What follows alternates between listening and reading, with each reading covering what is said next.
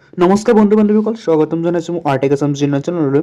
আজি আপোনালোকক এটা ভাল ক'বলৈ লৈছোঁ যে ICICI বেংকৰ পৰা কিন্তু আপোনালোকৰ প্ৰায় 12,580টাতকৈ অধিক পদ মুকলি কৰি দিছে। এই পদসমূহ আপোনালোকে চাকৰি লাভ কৰিব পাৰিব। ইয়াতে চাকৰি কৰিবৰ কাৰণে আপোনালোক কোনো এক্সাম দিব নালাগে, ডাইৰেক্ট জইনিং হ'ব। এটা ইণ্টাৰভিউ হ'ব জাষ্ট আপোনালোকৰ। তো এনেকুৱা অপৰচুনিটি আপোনালোকে কেতিয়াও নাপায়। চ' আপোনালোকে আবেদনসমূহ কৰি ল'ব। তো ইয়াতে আপোনালোকে 10 পাছ কৰিলে কিন্তু আপোনালোকে চাকৰি আবেদন কৰিব পাৰিব। ইয়াতে আপোনালোকক বহুতকেইটা পদ মুকলি, ইয়াতে আপোনালোকৰ বেংক মেনেজাৰ, পিয়ন আৰু বহুতকেইটা পদ মুকলি কৰিছে। গোটেইখিনি তথ্য আজি ভিডিঅ'টো সম্পূৰ্ণ আপোনালোকে কিন্তু গম পাই যাব। তো ভিডিঅ'টো স্কিপ নকৰি শেহলৈকে চাব আৰু যদি মোৰ চেনেল নতুন হয় চেনেলটো ছাবস্ক্ৰাইব কৰিব। এনেকুৱা আপডেট আপোনালোকে ডেইলি পাই থাকিব। তো ফ্ৰেণ্ডসকল, আপোনালোকে দেখা পাইছে ICICI বেংক ৰিক্ৰুইটমেণ্ট 2024। ইয়াতে অৰ্গেনাইজেশ্যনটো দেখা পাইছে আপোনালোকে, অৰ্গেনাইজেশ্যন নেম যিটো হয় এইটো ICICI বেংক। ICICI বেংকৰ পৰা কিন্তু আপোনালোকে এই পদসমূহ মুকলি কৰি দিয়া হৈছে। ইয়াতে পদকেইটাই দিয়া আছে পদৰ নাম। তো ইয়াতে দেখা পাইছে HR manager, clerk, branch sales manager, account manager, peon, helper, driver, officer, sales আৰু ৰিলেশ্যনশ্বিপ, প্ৰবাশ্যনাৰী অফিচাৰ্ছ, আৰু আপোনালোকে ইয়াত দেখা পাইছে ছিনিয়ৰ অফিচাৰ এণ্ড আদাৰ্ছ। তো আৰু বহুতকেইটা পদ কিন্তু মুকলি কৰা হৈছে। তো ইয়াতে টোটেল ভেকেঞ্চি আপোনালোকে দেখা পাইছে 12,580টাতকৈ অধিক, অৰ্থাৎ 12,580টামান পদ কিন্তু মুকলি কৰি দিয়া হৈছে। তো আপোনালোকে ইয়াতে চাকৰি আবেদন কৰিব পাৰিব। তো ইয়াৰ লগতে আপোনালোকে দেখা পাইছে ইয়াতে এপ্লাই যিটো মোড হয়, অনলাইন যোগে আবেদন কৰিব লাগিব ইয়াতে। তো আপোনালোকে অফলাইনে আবেদন কৰিলে নহ'ব, ইয়াতে অনলাইন যোগে আবেদন কৰিব লাগিব। আৰু ইয়াতে দেখা পাইছে who can apply, all India candidate, male and female.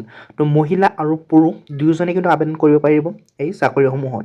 Selection প্ৰচেছটো আপুনি ইয়াত দেখা পাইছে ইণ্টাৰভিউৰ জৰিয়তে কিন্তু আপোনালোকৰ এটা ইণ্টাৰভিউ লোৱা হ'ব। তো তাত আপোনালোকে ইণ্টাৰভিউ পাছ কৰিলে চাকৰিসমূহ পাই যাব।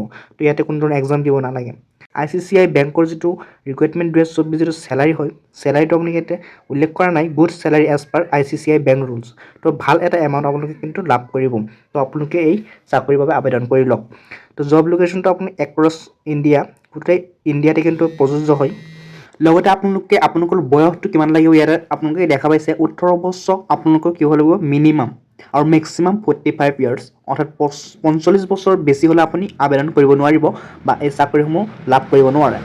এতিয়া আপোনালোকৰ যদি এপ্লিকেশ্যন ফিজটো হয়, জেনেৰেল OBC কোনো ধৰণৰ পে' কৰিব নালাগে, ইয়াতে নীল দেখুৱাইছে।